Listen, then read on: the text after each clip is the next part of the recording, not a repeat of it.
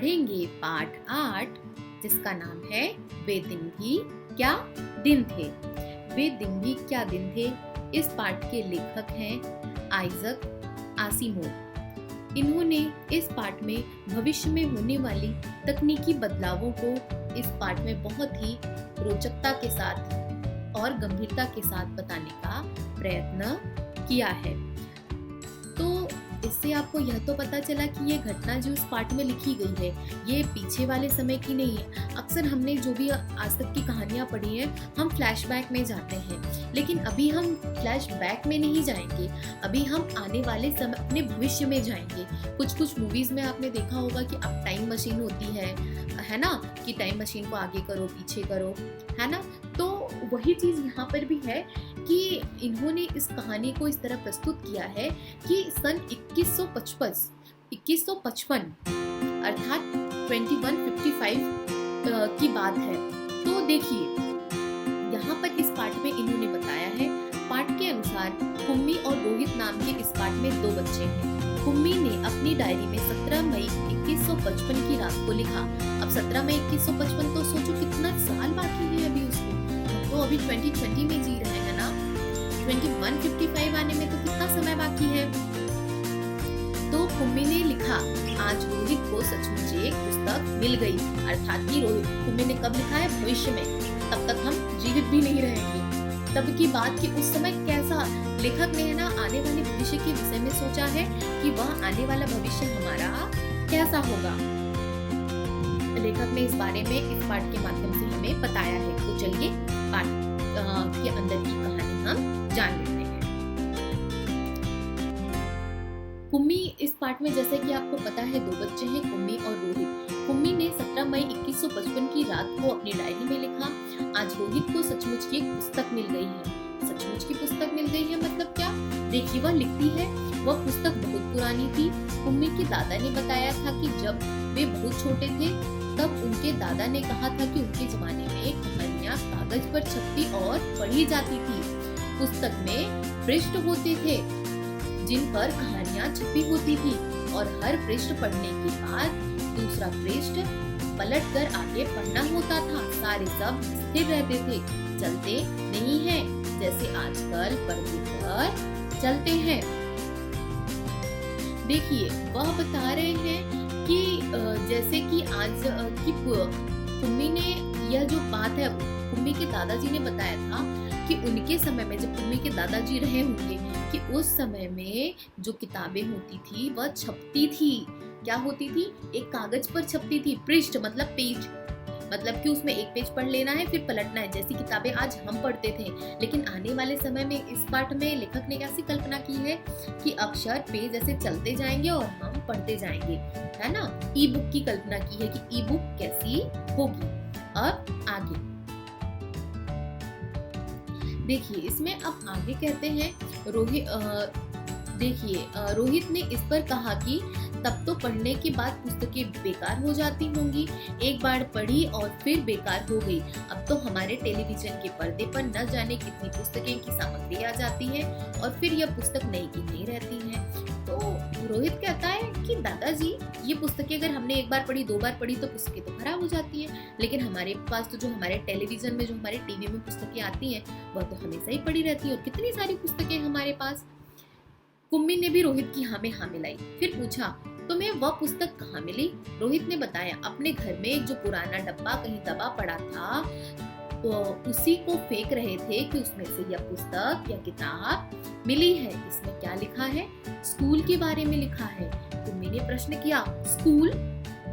उसके विषय में लिखने को ही क्या है? हर विद्यार्थी के, देखिए अब यहाँ पर वो उनको स्कूलों के बारे में उस किताब में लिखा है।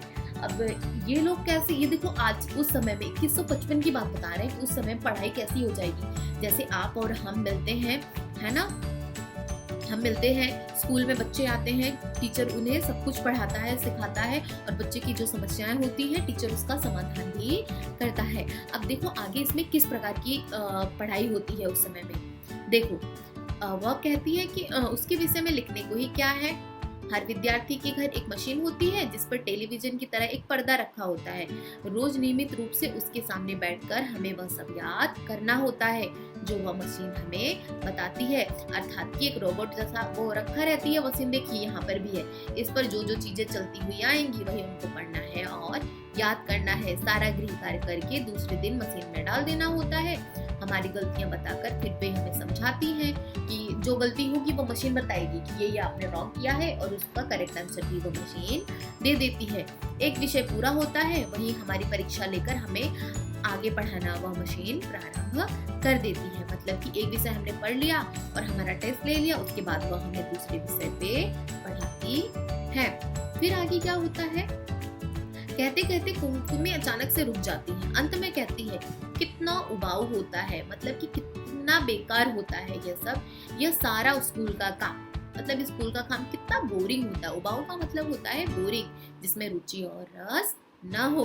रोहित मुस्कुराते हुए उसकी बातें सुन रहा था और बोला, अरे बुद्धू, जैसे स्कूल का वर्णन इस पुस्तक में है वह इससे भिन्न है। अर्थात कि जिस स्कूल का बारे में इस किताब में लिखा गया है वह स्कूल हमारे स्कूल से भिन्न, मतलब अलग है। इनमें तो उन स्कूलों के बारे में लिखा है जो सदियों पहले होते थे। अर्थात कि जो स्कूल आज, जिस स्कूल में आज हम और आप जी रहे हैं, मतलब कि जैसा हम इस लॉकडाउन से पहले स्कूल में आते थे और जाते थे। देखो, कुम्मी के मन में कुछ उत्सुकता जागी, मतलब इंटरेस्ट जागता है। वह कहती है फिर भी हम मशीन के बने अध्यापक तो होते ही होंगे। जैसे कि कुम्मी के समय में 2155 में क्या चलेगा कि रोबोट वाले टीचर्स होंगे, है ना। कुम्मी को याद आता है एक बार भूगोल मतलब ज्योग्राफी में रोज एक ही गलती वह उससे होने लगी थी। माँ ने जो उसकी गली मोहल्ले के अध्यक्ष थे, मतलब जो उनके हेड थे, उनको बताया। तब एक आदमी आया, मशीन के सारे पुर्जे, मतलब कि पूरे उसके पार्ट सारे अलग कर दिए थे। तब उसने मन ही मन कहा था कि यह आदमी इस बोर करने वाले अध्यापक को पुनः जोड़ न पाए तो इससे हमेशा के लिए छुट्टी मिल जाए, है ना। वह सोचती है कि ये जो मुझे बोर करता है ना रोबोट वाला टीचर, यह कभी बने ही नहीं, तो हमेशा से इससे मुझे फुर्सत मिल जाएगी। लेकिन उस आदमी ने मशीन को फिर से जोड़कर उसकी माँ को बताया कि लगता है मशीन में भूगोल की चक्की कुछ तेज रफ्तार पर थी, सो आपकी लड़की को उसके लिए समझना कठिन था। मैंने उसकी गति कुछ धीमी कर दी है, सो आशा है कि अब ठीक ही रहेगा।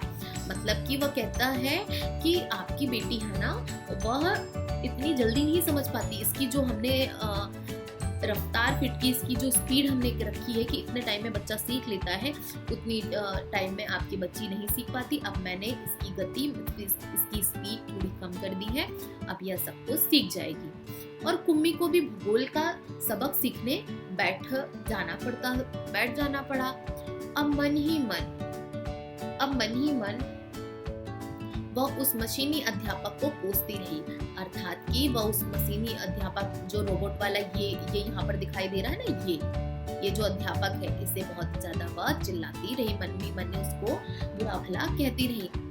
क्या कहा, कहीं कोई स्त्री या पुरुष इतने सारे विषय हमें सिखा। देखिए, तभी रोहित कुम्मी के सोचने के सिलसिले को तोड़ा रोहित ने और कहता है, हाँ, तब अध्यापक तो होते थे, परंतु मशीन नहीं, स्त्रियां और पुरुष, जैसा कि आज हम होते हैं। हम आपको पढ़ाते हैं, हम कोई रोबोट है नहीं है, हम भी आपकी तरह एक इंसान है। तो यही बातें बताई जा रही हैं। कुम्मी कहती, क्या कहा, कहीं कोई स्त्री पुरुष इतने सारे विषय हमें सिखा सकता है, इतना टैलेंटेड कैसे हो सकता है। हमारे रोबोट, जो हमारे टीचर्स हैं रोबोट वाले, वो तो इतने टैलेंटेड नहीं है। फिर वह कहता है, क्यों नहीं, वह सारे बच्चों के सारे विषय समझाते थे, गृह कार्य देते थे, प्रश्न पूछते थे। अध्यापक बच्चों के घर नहीं जाते थे, बल्कि बच्चे एक विशेष भवन में जाते थे, जिसे स्कूल कहते हैं। देखिए, यहाँ पर स्कूल की डेफिनेशन भी बताई गई है कि बच्चे है ना, स्कूल में बच्चे एक ऐसे भवन, अर्थात एक ऐसे घर, एक ऐसी जगह पर जाते थे जिसे हम स्कूल कहते थे।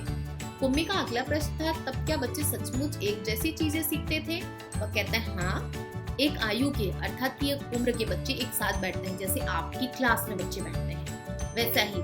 लेकिन माँ कहती है कि मशीनी अध्यापक हर बच्चे की समझ के अनुसार पढ़ाता है, तो फिर पुराने समय में ऐसा कैसे संभव होता होगा।